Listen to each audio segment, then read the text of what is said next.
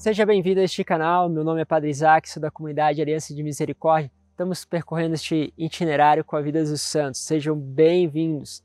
Hoje eu quero falar com vocês sobre São João de Deus. Este é o nosso santo de hoje. Vamos meditar um pouquinho e ver o testemunho dele, que pode trazer também para a nossa vida grandes sinais para que possamos percorrer o caminho da santidade. João Cidade Duarte, conhecido como João de Deus, nasce em 1495 em Portugal. Filho de uma família que vende frutas nas ruas, que um dia recebeu um viajante. Imagine esses acontecimentos que às vezes a gente vê se repetindo ainda hoje. A família recebe um viajante e depois o seu filho desaparece juntamente com esse viajante. Não se sabe dizer se ele realmente fugiu com esse viajante ou se trata realmente que ele foi como que carregado, levado por esse viajante. Mas isso causou uma dor terrível nos seus pais. Imagine que 20 dias depois a sua mãe veio falecer. Muitos se dizem que esse falecimento se deu por uma tristeza imensa de ter perdido seu filho.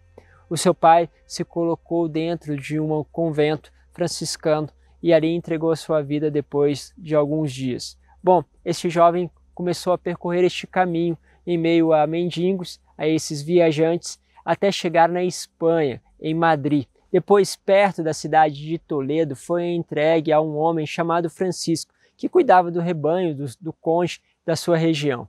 Mas este homem Francisco era conhecido pela sua caridade, pela sua docilidade. Logo acolhe João como um filho e coloca o nome de João de Deus, porque ninguém sabia a origem, de onde ele vinha, qual era a sua família, do que se tratava. Bom, como se dissesse João, geralmente se coloca aí o lugar de onde veio, da família que pertence. Como não tinha essas origens, colocavam como o nome de João de Deus. Assim ele cuidou como um filho junto com a sua outra filha. E assim, durante 6 anos, Francisco cuidou de João como um filho. Depois, até os seus 28 anos, Francisco ficou trabalhando com ele, ali como alguém que cuidava do rebanho, como um pastor, vamos dizer assim, do seu rebanho. Quando ele tinha por volta dessa idade, vendo que a sua filha já tinha completado a idade de casar, Francisco quer que ele, João de Deus, case com a sua filha. E ele, não desejando fazer isso, resolve se retirar da região e ir para uma outra localidade. Ele começa ali uma vida de, diríamos assim, de peregrino. Ele vai, se alista como soldado junto com o rei Carlos, vence uma batalha, a batalha que chamava Batalha de Paiva, contra o rei Francisco I. Depois de vencer tudo isso, de ganhar realmente uma repercussão como soldado, vai como peregrino para a Europa. E ali depois vai para a África, fica como ambulante na cidade de Gibraltar. Então, como filho pródigo, volta para sua cidade de origem, lá em Portugal, como ninguém mais conhecia, nem conhecia mais, não sabia mais nada nem dos seus pais. Depois, ele volta para a Espanha e coloca ali uma pequena livraria na cidade de Granada, na Espanha. Em 1538, ele ouve então um sermão de São João de Ávila. Olha só como vai se encontrando as pessoas ali.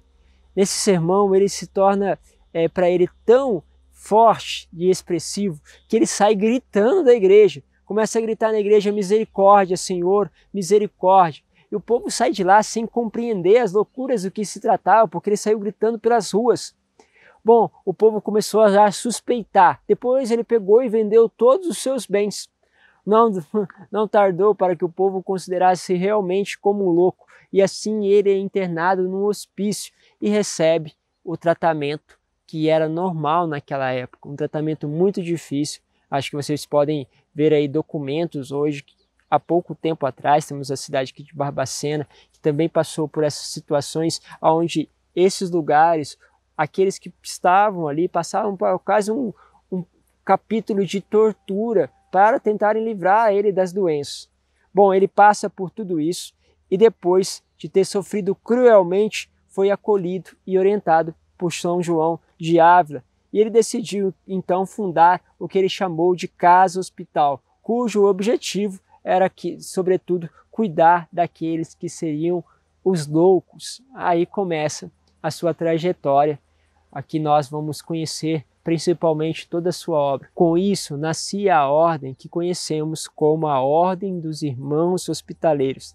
Apesar de nunca ter estudado medicina, ele é aquele que vai trazer os cuidados mais adequados para a sua época. Esses cuidados se espalham um jeito. Ele percebe que muito daquilo que há de sofrimento psíquico nas pessoas podem ser tocados e curados quando eles forem bem acolhidos, possam encontrar através da vida de oração, através do acolhimento, ou seja, pessoas que possam escutá-los, a qual eles podem contar as suas histórias, podem partilhar aquilo que sofrem.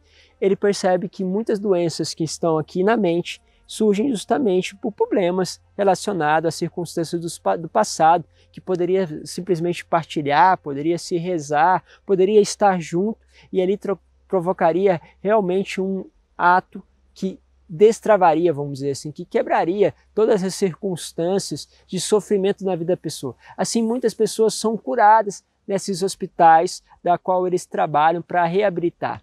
É lógico que aí o trabalho deles começa a se expandir, porque percebe que podem também acolher outras pessoas que estão doentes. Não é à toa que ele é declarado hoje como padroeiro daqueles que estão hospitalizados, daqueles que estão doentes. Foi assim que ele faz a sua caminhada de forma mais específica dentro da vida e da história de muitos doentes. O sucesso foi tão grande da sua obra, daquilo que ele fazia, que logo as casas de hospedagem se espalharam por todos os lugares. Imagine que ainda havia naquela época 80 casas, hospitais, como esse, que já acolhiam pessoas com problemas mentais, pessoas com problemas terminais e depois começaram a acolher a todos. O seu lema era: fazei o bem, irmãos, para o bem de vós mesmos. Fazei o bem, irmãos, para o bem de vós mesmos. João faleceu no mesmo dia em que nasceu, no dia 8 de março, era o ano de 1550. Ele tinha já 55 anos. Bom, sua obra se espalhou por vários países. Hoje nós temos mais de 45 países com a sua obra. Um homem que peregrinou, passou por muitos lugares, sabe muito bem o que é lidar com traumas, com coisas que vão entrando na nossa mente, muitas vezes vão nos machucando e causando feridas já a níveis mentais, psíquicos e a níveis físicos. Sobre tratar, sobre acolher com misericórdia, com amor. E aquilo que ele gritou ao ouvir São João de Ávila na igreja, o Senhor o acolheu, mas acolheu através deste grito: Senhor, misericórdia.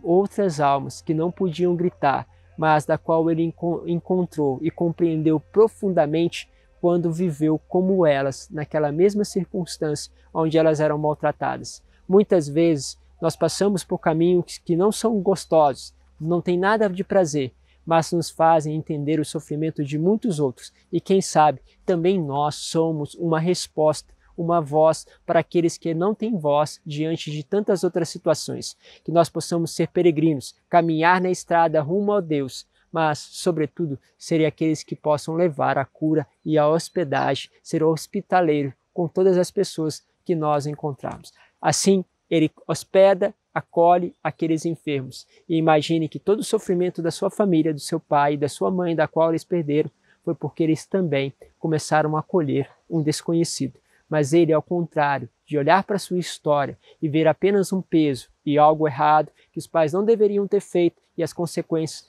ele pode ver que Deus transformou aquela mesma hospedaria, aquele mesmo dar acolhimento a um estranho dos seus pais em uma obra extraordinária também na vida dele. Deus vos abençoe, Pai, Filho e Espírito Santo. Amém.